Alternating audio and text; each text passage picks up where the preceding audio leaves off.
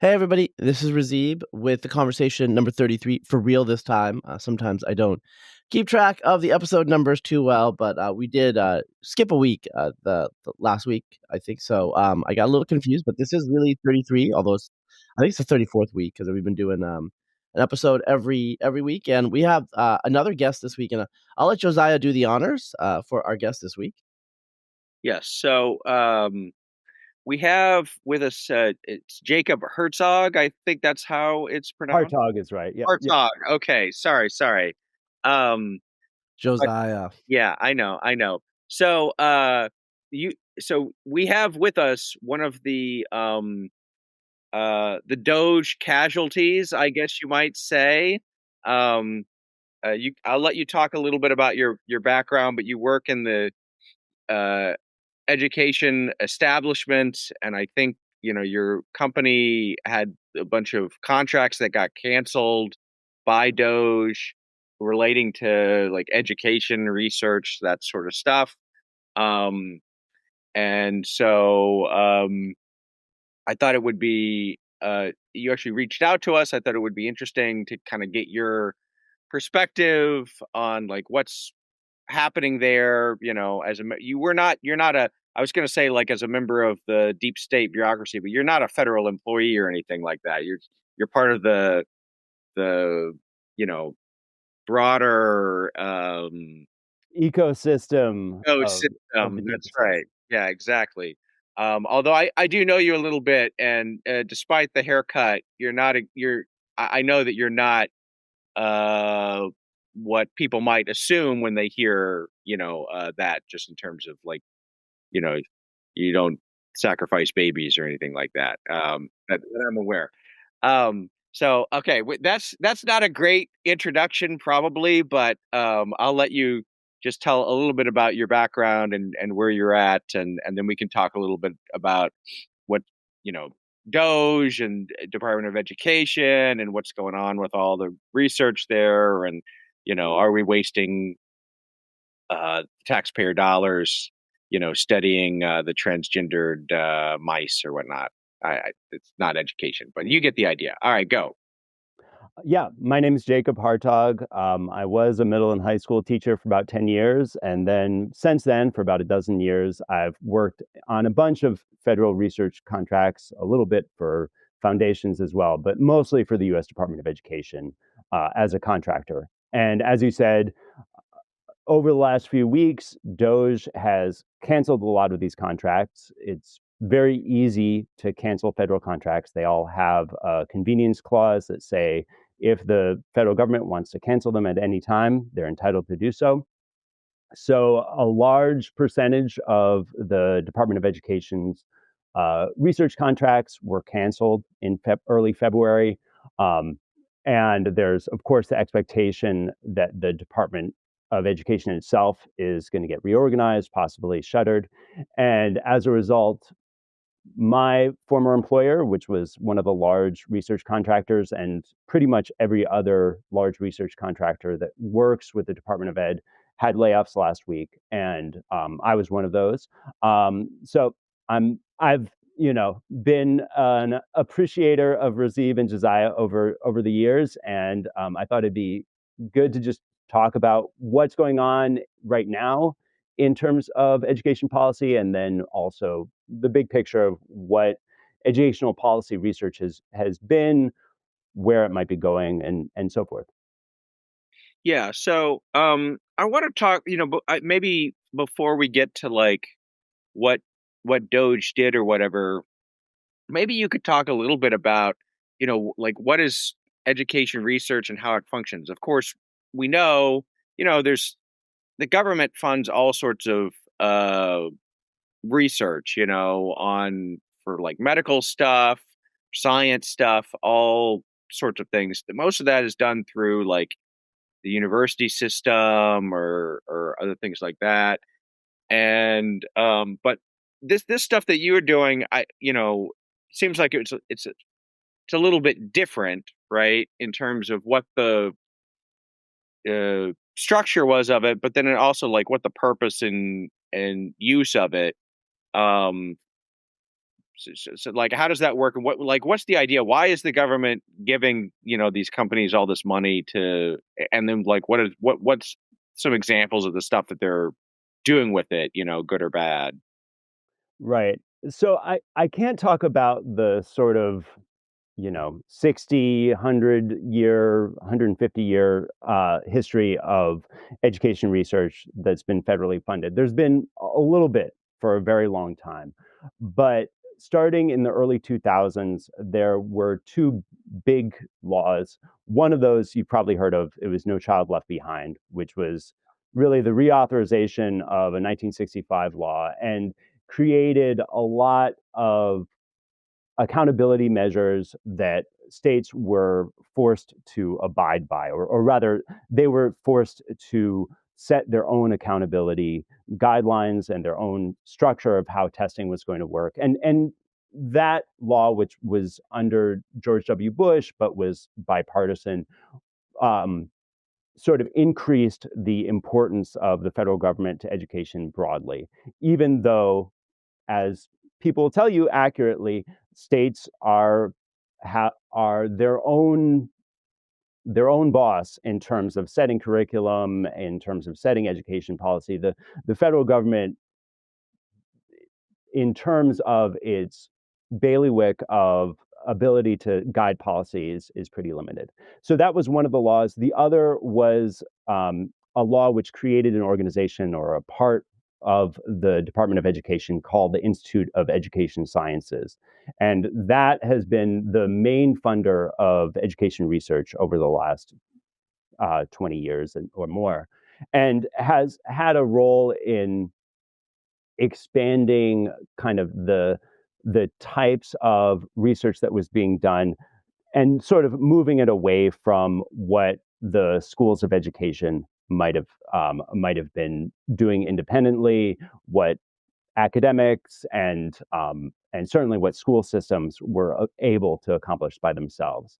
So um, some of that is just kind of large scale data collection. So if you want to talk to every state agency and see what they're doing about tutoring, the federal government's better positioned for that, but also to randomly sample districts and randomly sample the 90,000 schools in the country and say, okay, if we want to know on average what's happening with schools, what's happening with low income schools, what's happening with middle schools versus high schools, the federal government has an easier time doing that. They also administer a representative test called the NAEP, or the National Assessment of Educational Progress, that um, preceded the Department of Education, really, but preceded the last 20 years as well, though it was expanded and taken over. And that's a way of comparing different states, because states all administer their own state assessments. You don't really know if the California test is easier than the New Jersey test, is harder than the Illinois test. And so having the NAEP allows you to compare different states, and also compare over time. So you might wonder, okay, New Jersey's scores went up. Is that just because they made the test easier this year? The NAEP is designed to be able to compare from year to year and see if there's trends. For example, there was a big drop off after school closures during COVID, that's possibly been continuing. So those kinds of broad data collection, the federal government's really good at.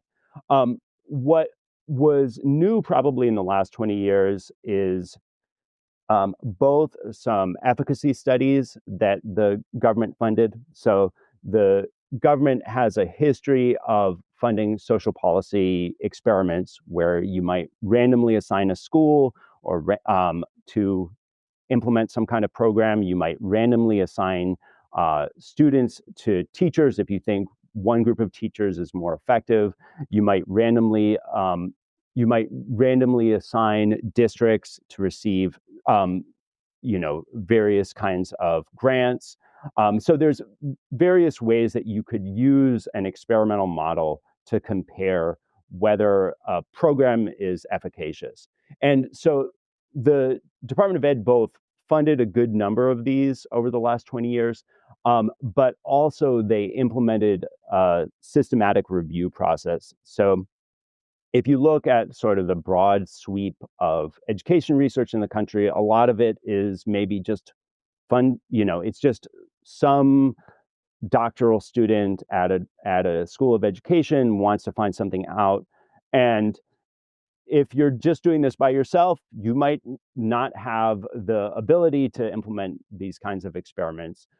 But some people are doing very strong research. So the Department of Ed created something called the What Works Clearinghouse, and this was intended to be a systematic review of all the research that was happening in education, mostly in the United States, and to divide it up and figure out which was most credible. So looking at what were not only done as randomized experiments, but what were done as experiments where they didn't lose half the sample immediately after, which is a common way that experiments fail.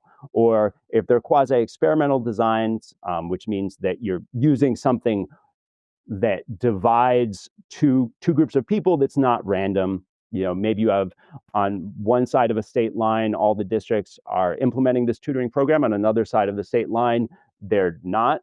But for a good quasi-experimental design, you want to be able to really look at, in particular, the students that you're comparing and say something about them being really similar at the beginning. So you would all the time expect there to be differences between different schools, differences between different districts. So you really have to look very closely at the characteristics of the students being compared, at their prior achievement, a variety of other things, so that it's a credible statement that this program really made a difference. There's tons and tons and tons of things going on in schools at any time, and your ability to say that this program in particular made a difference is really challenging. And that's why things like randomized experiments or these kinds of more credible quasi-experimental designs are very helpful for making those kinds of statements. So the Department of Ed, through the Institute of Education Sciences, they funded this What Works Clearinghouse. And then from that, there was an attempt to synthesize, well, if we just look at what were credible findings from these experiments or from these studies, what can we say about what makes a difference in education? And those became things like intervention reports, practice guides, which were intended to be information for individual teachers or for schools to use in implementing programs. And then there's been some attempt to then take it one step further and have the department actually create materials that use this information. So over the last 4 years, the regional educational labs, which were parts of the Institute of Education Sciences tasked with working with individual groups of states, were working on developing toolkits with different focuses. I worked on one that was about algebra. There was some about elementary reading. There was some about elementary writing. And these were intended to take the findings of the What Works Clearinghouse and turn them into something that teachers could use in the public domain. They were a set of professional development activities and some resources online and, sort of pencil and paper, both, that teachers could use and implement and improve their instruction. So almost all of that is now canceled because it's DOGE's ambit was to go ahead. Yeah, I'm sorry, Razib. It's like you wanted to jump in there with something before we move on to DOGE, or Yeah. I mean, I think just I want to emphasize just my perception, because maybe I'm wrong, Jacob. You can correct me, but when people think of education and educational research, what you're talking about is pretty standard social science fare here. Like you're talking about randomized, quasi, experimental, natural experiments. Economists, very social scientists would understand what you're doing here. But also, you mentioned, education schools just passingly.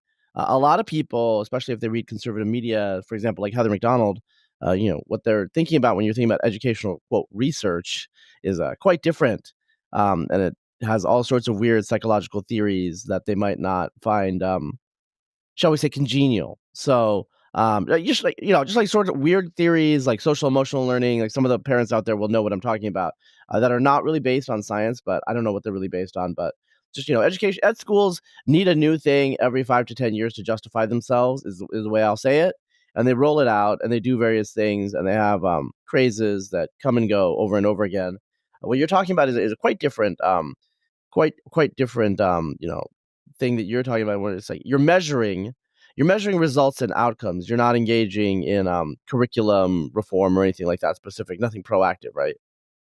Right. I mean, I think the last thing I was talking about was a little bit of an attempt to generate some sort of programmatic, tools that teachers and others could use. I think that you know schools have a very hard role.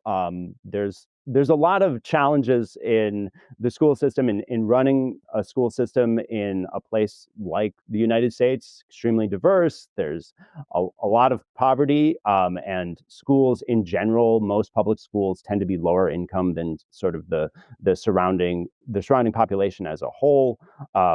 So there's a lot of challenges, and education schools are looking for ways that they can claim that they're improving education, and in particular they're preparing teachers who are able to deal with all of these challenges. um, I mean, and so something like social emotional learning, it does have a very mixed track record in terms of the limited research when you look at actual interventions targeting it. But on the other hand, I think if you look at what do schools say they're interested in, what they're worried about, they say they're worried about their students' social and emotional health. So it's sort of like there's an issue that's probably pretty valid and widely accepted, and then interventions appear to try to address them. Whether or not there's a lot of evidence for their efficacy is pretty unknown. Yeah, yeah. Okay, I just want to clarify that. Now we can move on to Josiah. Okay, great. So that's what you did, and then Elon came in, and like what? So what well, first let me just say, um, okay, so you're doing this research. It's great. You want to try and keep that high quality. One issue that I always have, with government is you can do a lot of uh research, but then the question is, well, what does government actually do with that, right? Right. So I mean, is this something where and obviously you have your own, this is like a secondhand assessment since you're not one of the policymakers, you're just providing the information or whatever, but does it seem like they actually, is it like actionable stuff that they're actually acting on, or is it just like, okay, we did these random controlled trials that said, this thing works, this thing doesn't work, and then the schools just continue to do whatever.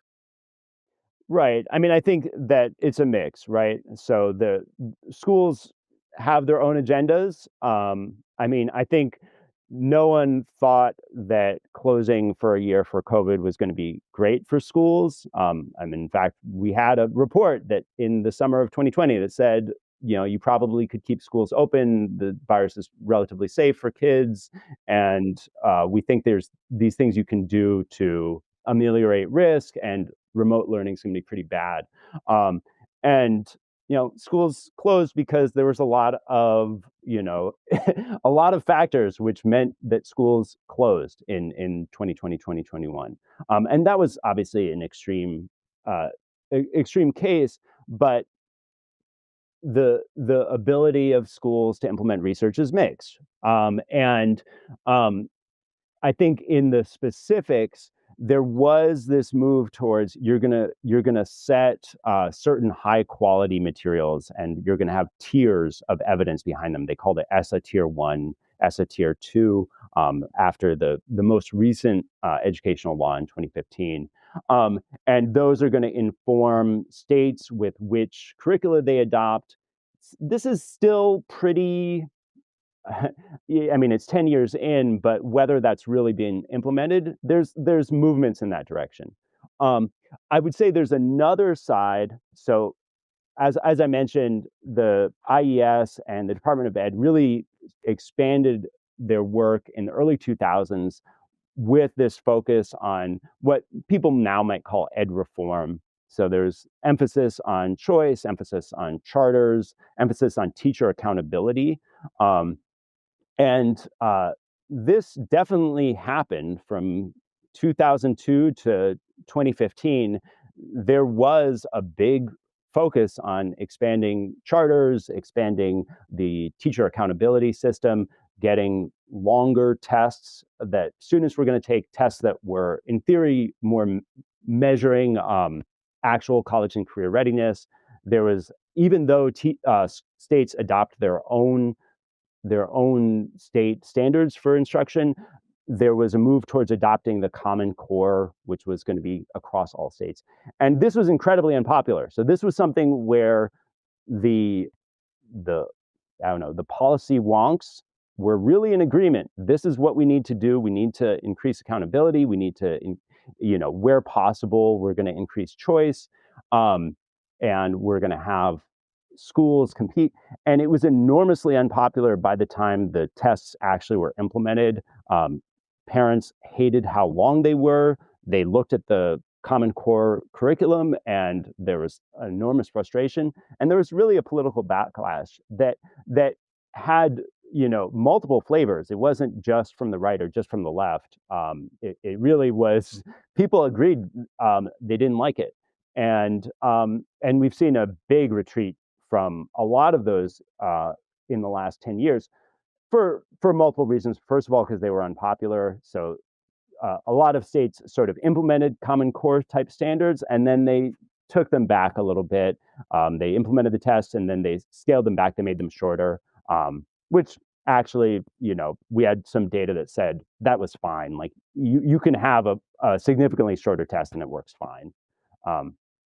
But I think, yes, there was a lot of sort of agreement between policymakers and their estimate of what the research said. I mean, they may have been overly confident about a lot of these things, but they definitely implemented. And it was sort of from George W. Bush through Obama's first term, there was a big movement and kind of agreement. I think in Obama's second term, you saw that political backlash start to play a role. I also think that teachers unions were not happy with a lot of these changes, and they're a very important factor on one side of our politics. And they personally, I was a union teacher for 10 years. I thought it was good to be a union teacher. There's a lot of benefits to that.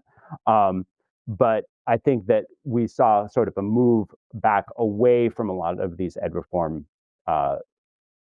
sort of initiatives over the last 10 years, even before Trump came in. Trump, in a lot of ways, helps people, if you look at the education establishment as a whole, they may not agree on much, especially when it comes to ed reform things, but they could really agree that they were not in favor of Trump. And so in a way, he was a unifying factor on the other side. People really, really agreed that they were opposed to him, even if they hadn't agreed on policy before.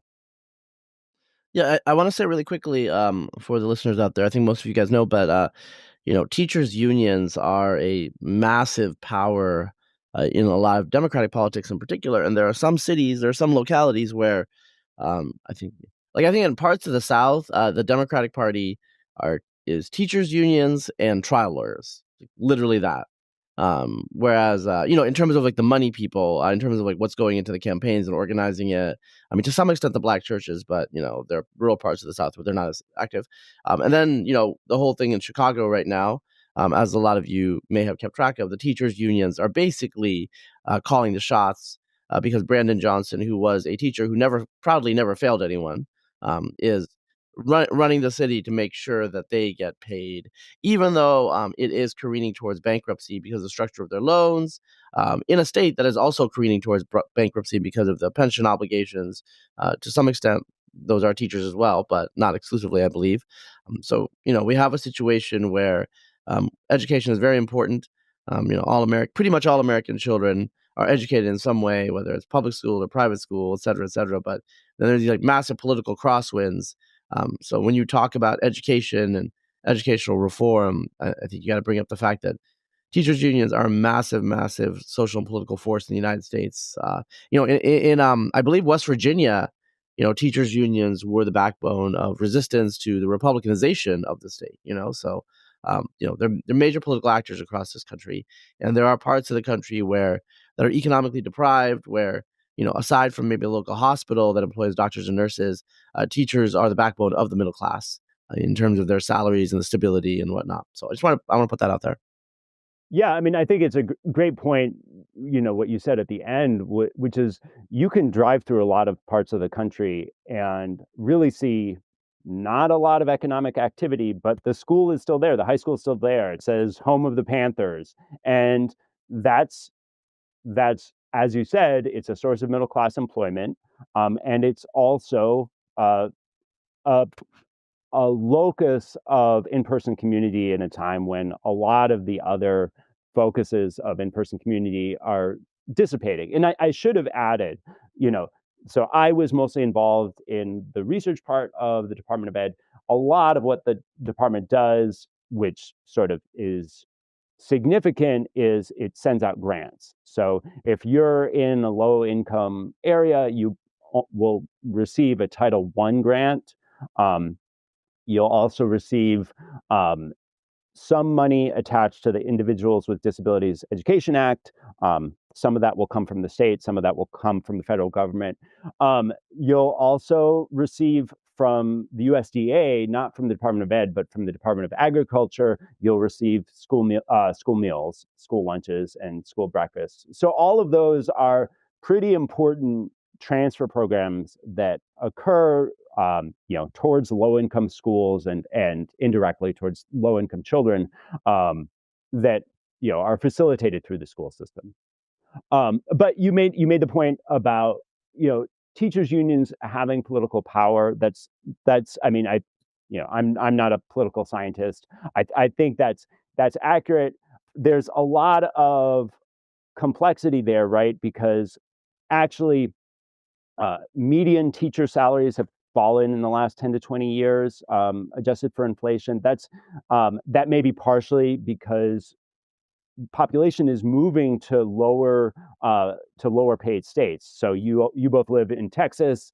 If you look at where are there growing school systems, it's Texas and Florida. So you've had a move of school systems to places where there's lower average pay in general. And places like Illinois have the challenge. They have these outstanding contracts from that were negotiated a long time ago, and they might have falling enrollment. I mean, Chicago public schools definitely has falling enrollment. New York City has seen a big drop in its enrollment since 2019. So they are dealing with sort of a lower student base and to a degree a lower funding base with a lot of outstanding obligations. And that's, it's challenging for them to manage, but it's also it's expensive for cities.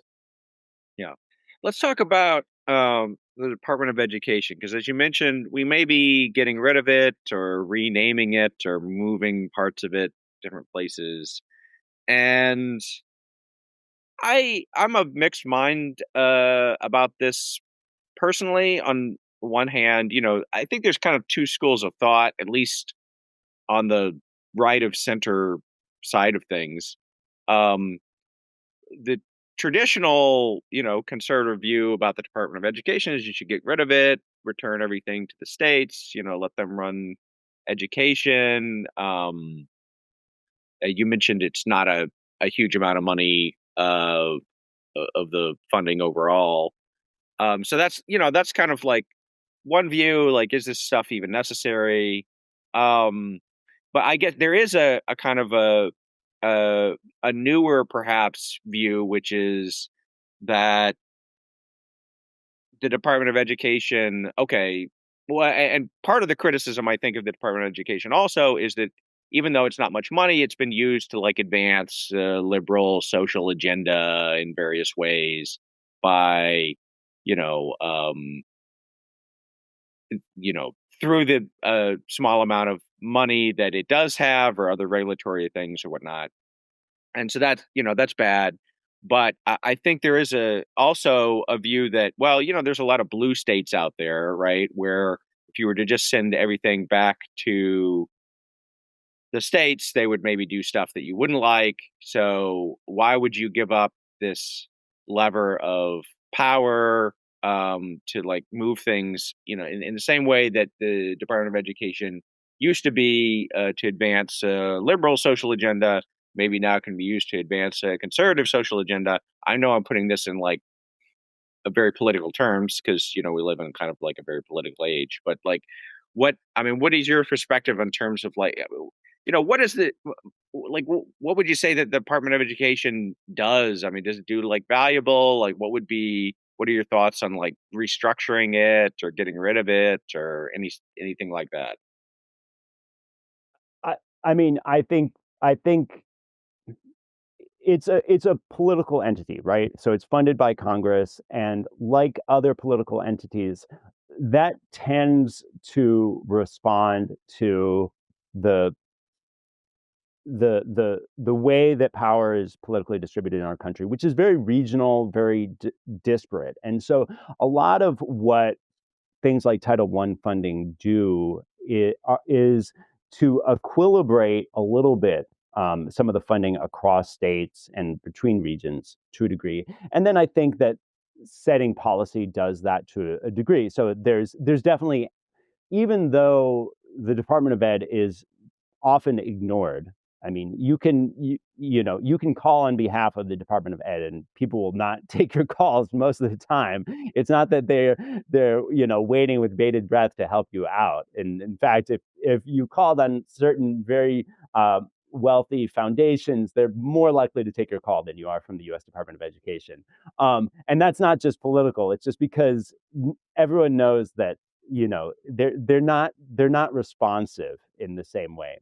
But so I think that equilibrating funding across regions, and allowing for some kind of standards across regions is valuable, right? Because you set an agenda that in theory everyone can agree to across the country.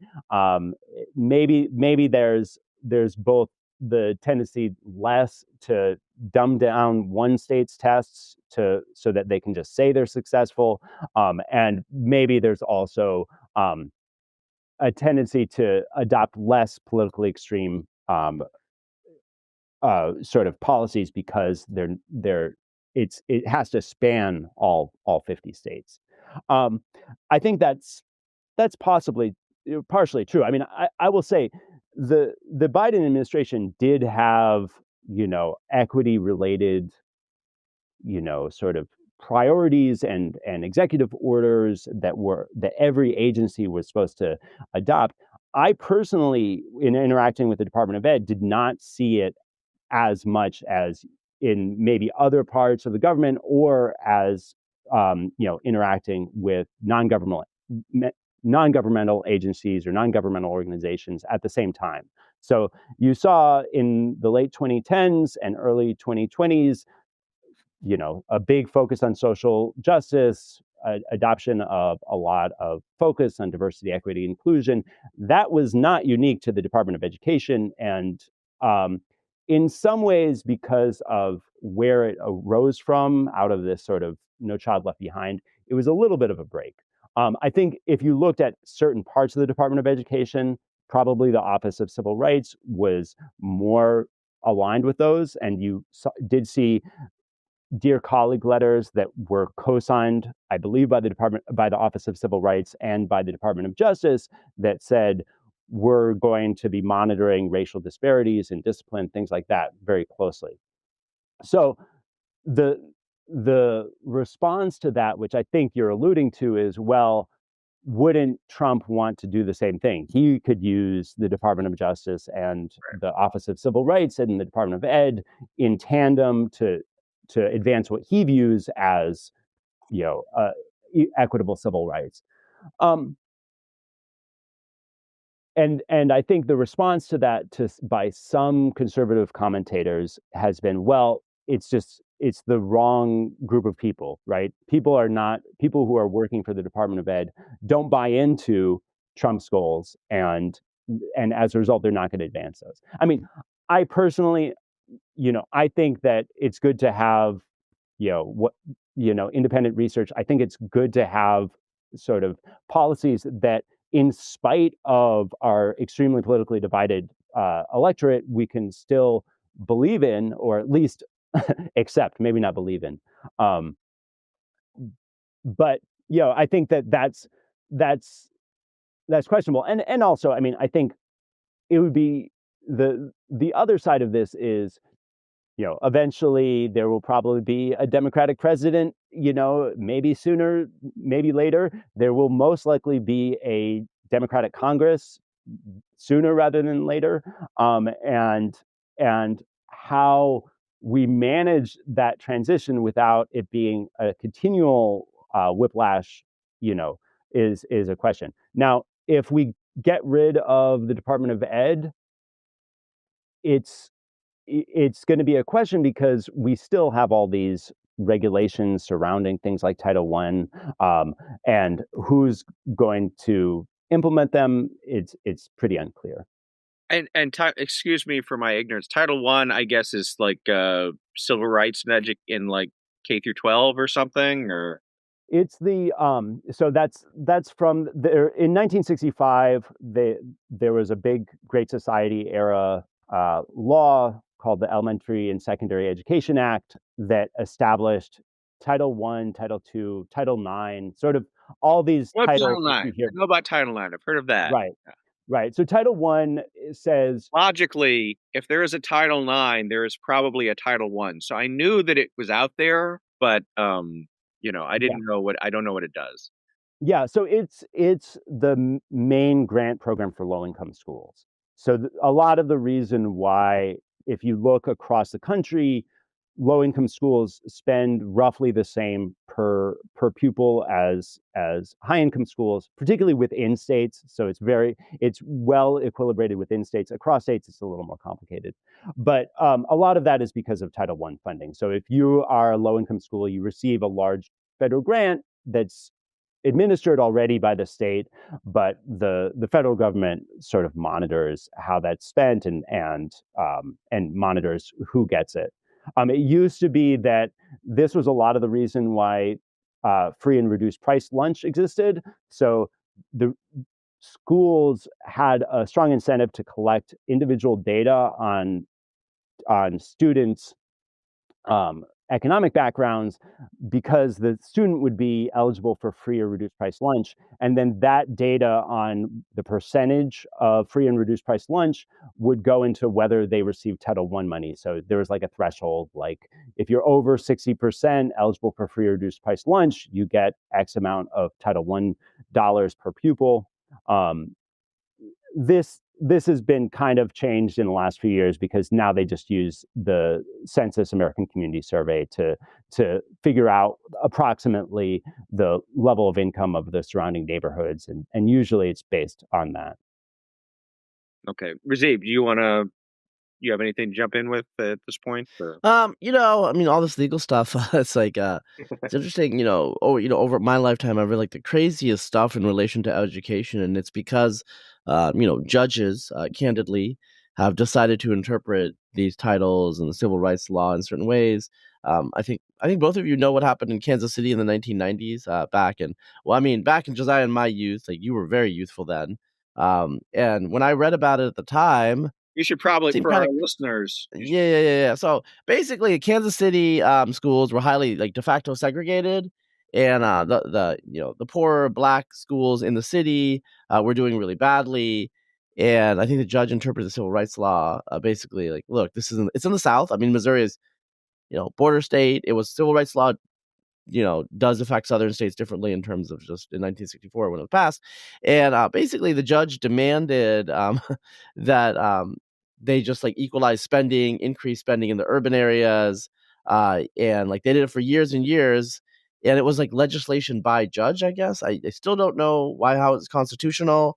And the Kansas City school district decided to, it followed the judge's uh, basically command, the judge's ruling, and it was a total disaster in terms of like it didn't have the outcomes that they thought that they were going to have. I mean, there was a period when there were all these charter schools or something like in the city, and the test scores went up. But once the suburban kids left, you know, um, the test scores did not go up from the the black poor kids. So it didn't really have an effect. It increased taxes. It redistributed the wealth all across the school district, and eventually the judge just gave up because like, okay, whatever, um, they can't make water go uphill. And there's been a lot of these sorts of things in education over the last 50 years, I think. I'm not saying that there can't be any change on the margins, and obviously, I mean, there's arguments whether phonics is really improving or not. There hasn't been that much research supposedly, but there are probably things that we can do, in the curriculum. But there's also just a lot of demands that were made by our political system and our political culture about equality that just are really hard to enforce. Just to end there, liberals in particular, but not just. I mean, it's a common intuition. The more money you spend, the better the school is. And to some extent, there are plenty of areas where you spend more money. These suburban schools, but a lot of the urban schools get a lot of money from I think various like equalization attempts. Like places like Vermont equalize poor schools and rich schools too. It turns out the student performance is not as strongly correlated to money spent as you would think. And famously, the New York City selective schools. I remember years ago, the Bronx High School of Science was very, very cheap to run. It turns out that it's not that expensive to teach students that are highly motivated and extremely intelligent and pre-selected for being oriented towards academics. So, the causality there is clearly backward. And, I think we know this.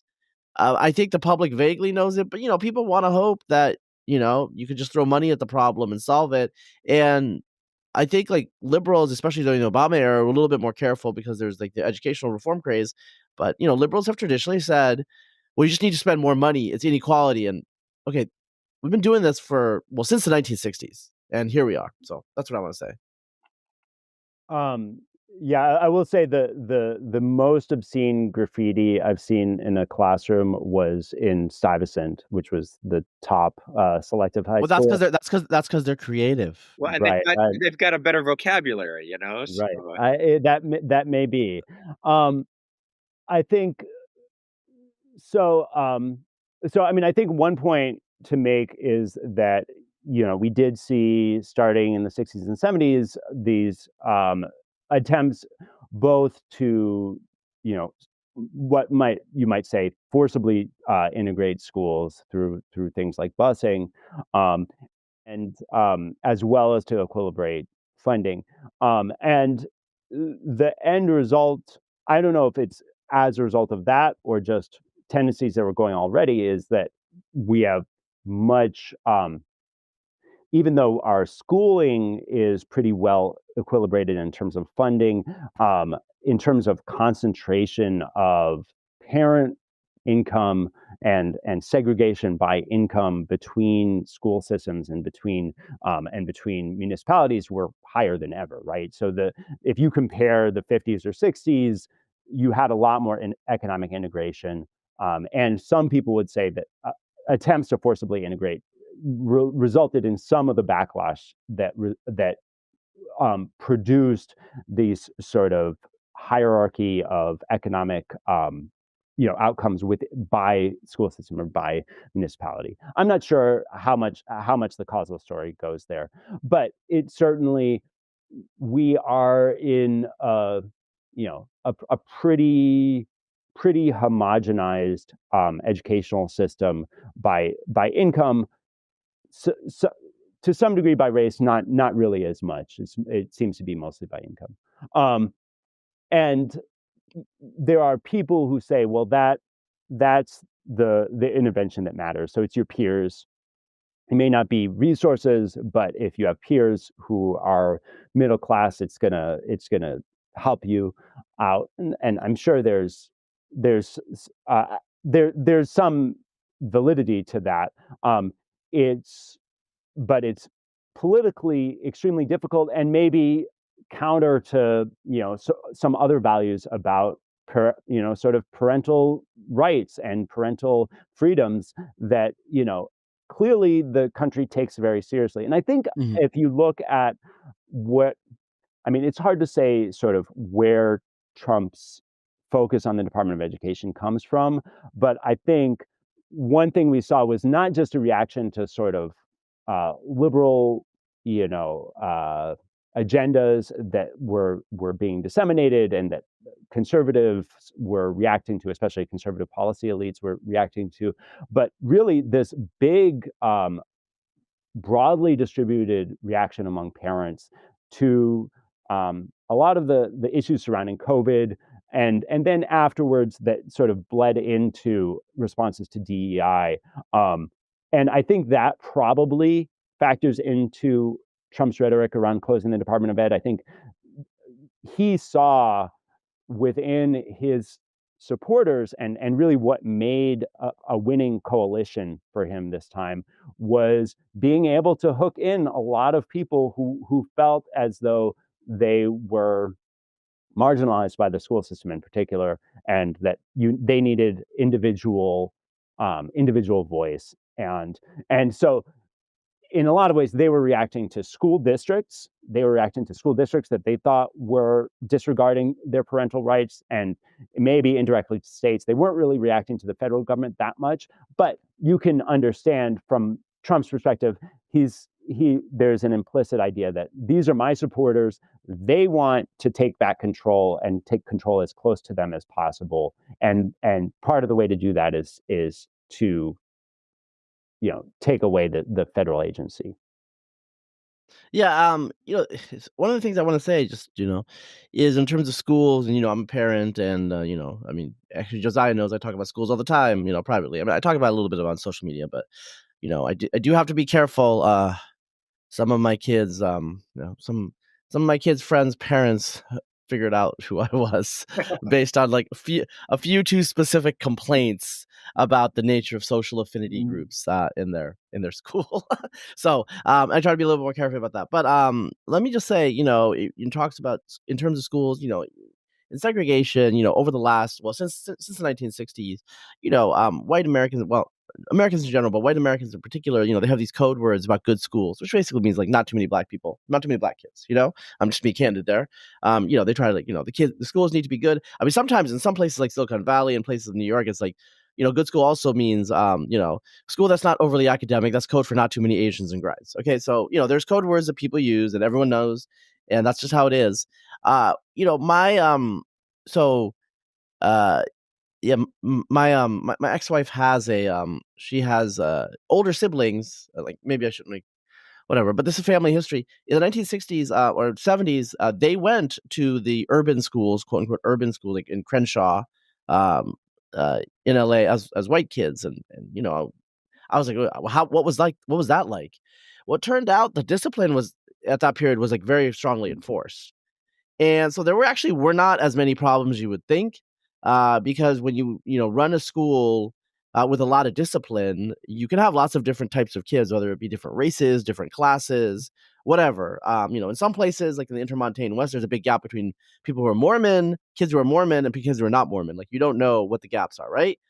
So I think one of the things that has happened in the last last couple of generations, is the collapse of discipline for various reasons in schools. And so the way that a lot of parents deal with this and the fear for their kids is like taking them and putting them in schools where all of the other parents and all of the other kids are pre-selected to be as orderly as possible.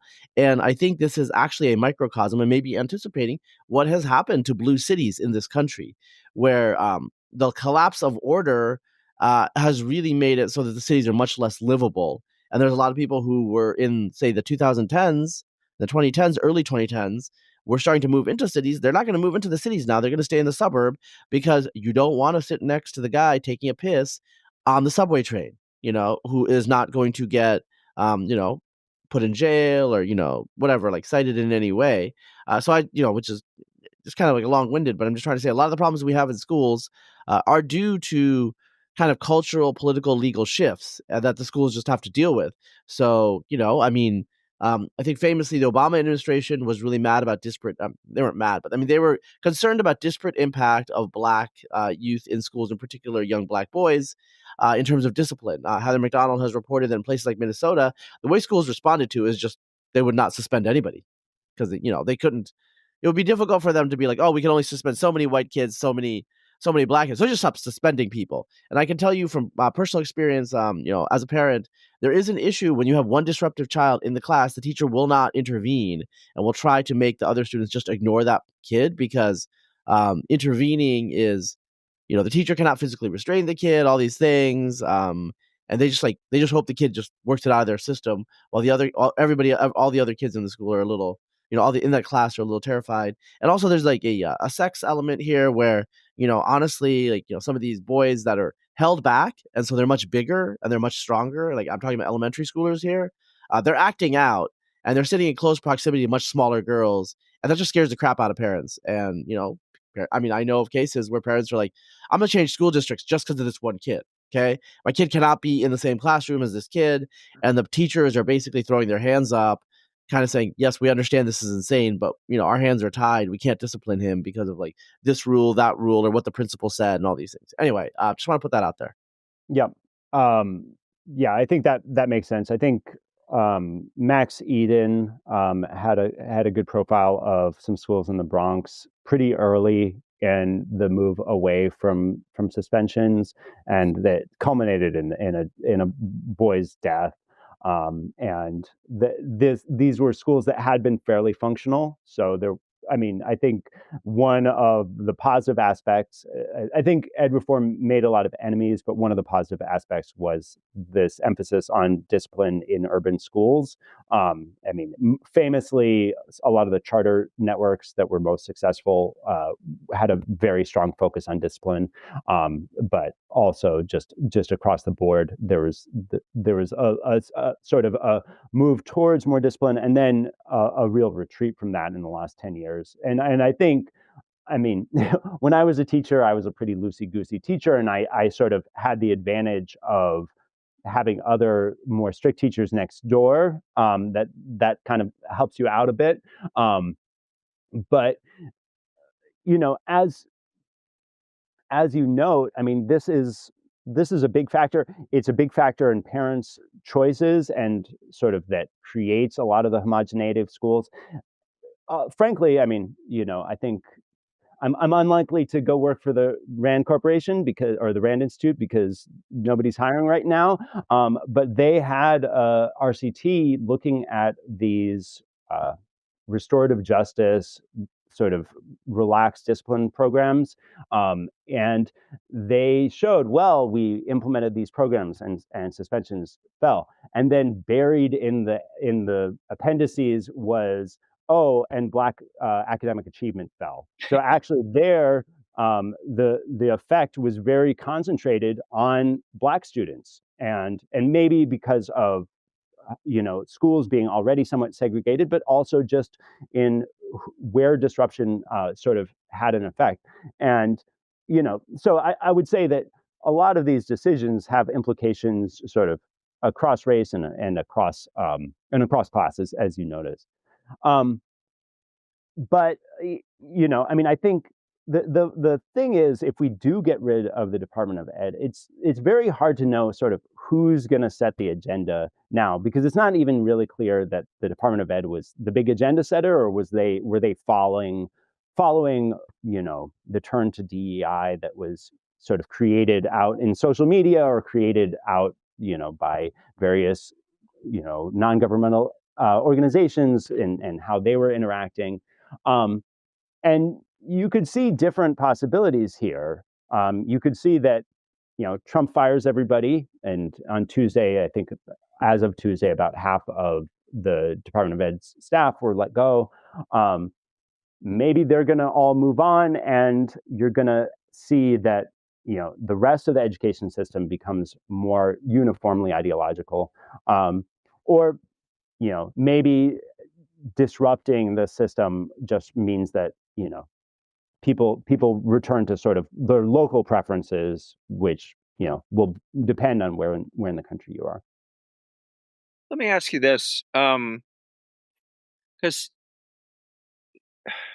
for a long time, I think education reform was like a big bipartisan issue, and everybody viewed it as maybe the kind of like silver bullet of how you could uh, solve all sorts of other social problems. Whether it's like racial stuff or global competition or blah blah blah blah blah blah. And so this is like a big Republicans were in favor. It was also like a big Democrat thing, and people were kind of like maybe a little bit squishy about what did it mean. Did it mean charter schools, or did it mean uh, no, more testing, or did it mean more like discipline, accountability, or whatever? Um, like No Child Left Behind came out of that, but also, I mean, lots of stuff came out of it. And then it just seems like at some point, people just kind of gave up, and you don't really hear like now. I feel like there's just education reform is not like to the extent anybody talks about it, it's usually kind of like a hostile or negative thing, and it's just kind of fallen off the agenda for the most part. Like what I mean, what do you think? Like, do you have any thoughts about what happened there, or like what's going on with that, or? Yeah, I mean, I think that you had a few different factors, right? One is that the aspects of ed reform that were really effective, or you know had really positive results, were things like these high intensity charter networks, like famously KIP, the Success Academies. There's a lot of them, and those require a supply of really energetic young people willing to work really crazy hours and in a sort of high intensity environment, with very little job security. And that's a limited population. So I think, expanding that, finding, just the sort of human availability to you know, staff those was very challenging after a certain point, and they ran into you know other kinds of limits unto themselves. Another was the unpopularity of a lot of these measures, and people found that they didn't, as I said, the long tests were unpopular, Common Core was unpopular, and a lot of middle class parents as well reacted pretty strongly against these, and so you saw a big testing opt out movement that was really mainly a middle class thing, in a lot of blue cities, and I mean, I think all beyond all that, you know, even the most efficacious programs or policies had limited success. I think KIP went from, when they compared the kids in the neighborhood who weren't selected into KIP, it was something like 8% would go on and finish college, and the KIP students, it was like 32%. Well, that's a big difference, between 8% and 32%. It's not the same as between middle class students and lower income students. So there's even the most efficacious um, programs still find their limits, for a host of reasons. And I think we are seeing a lot of distrust of institutions. I mean, that's a lot of what brought the present administration into government, and that goes for any kind of central institutions. And I think ed reform was very much about, like, well, we're all going to buy into these sort of centralizing programs, and we're all going to get on the same page. And you're right that there doesn't seem to be much appetite for that. All right. Well, where like I guess big picture, like where do you think things are gonna go from here? Wait. What are we gonna wait? Just like really quickly, programming. What are we gonna get paywall for the people here? Like, what's like secret, Right, right. Yeah. I mean, we can content? do. But yeah. All right. Well, let's if we'll paywall it now. All right, paywall it now. Okay. So now we can. Just do it now. Hope you enjoyed the podcast so far. To listen to the rest of it, please go to conversation.substack.com.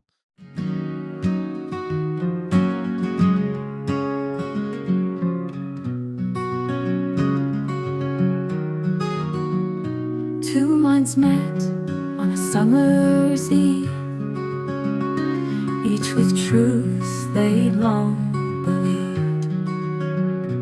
Words flowed like a winding stream as hours passed in deep debate. And after all was said and done, they found a thread of common ground. In listening close, they came to see a shared humanity.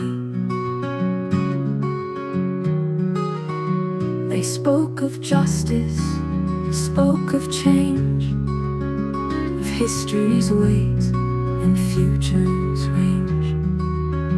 Their views at first seemed worlds apart, but patience bridged the divide. And after all was said and done, they found a thread of common ground.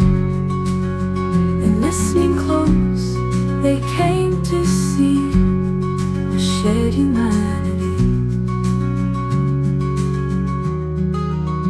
They spoke of justice, spoke of change, of history's weight and future's range. Their views at first seemed worlds apart, but patience bridged the divide. It's not about who's wrong or right, but understanding others' light. In civil discourse we can find ties that gently bind.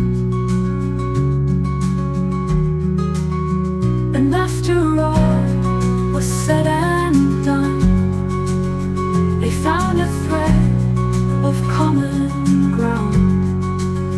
And listening close, they came to see a shared humanity.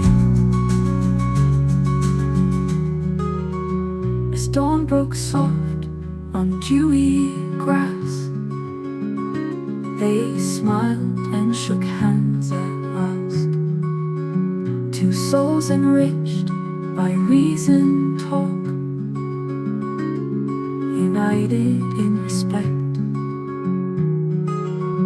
And after all was said and done, they found a thread of common ground. And listening close, they came to see a shared humanity. This folk song captures the essence of a long, thoughtful discussion between two public intellectuals. It emphasizes the power of patient listening, mutual respect, and the discovery of common ground. The gentle tone reflects the common understanding they reach after their debate. Would you like me to expand on any aspects of the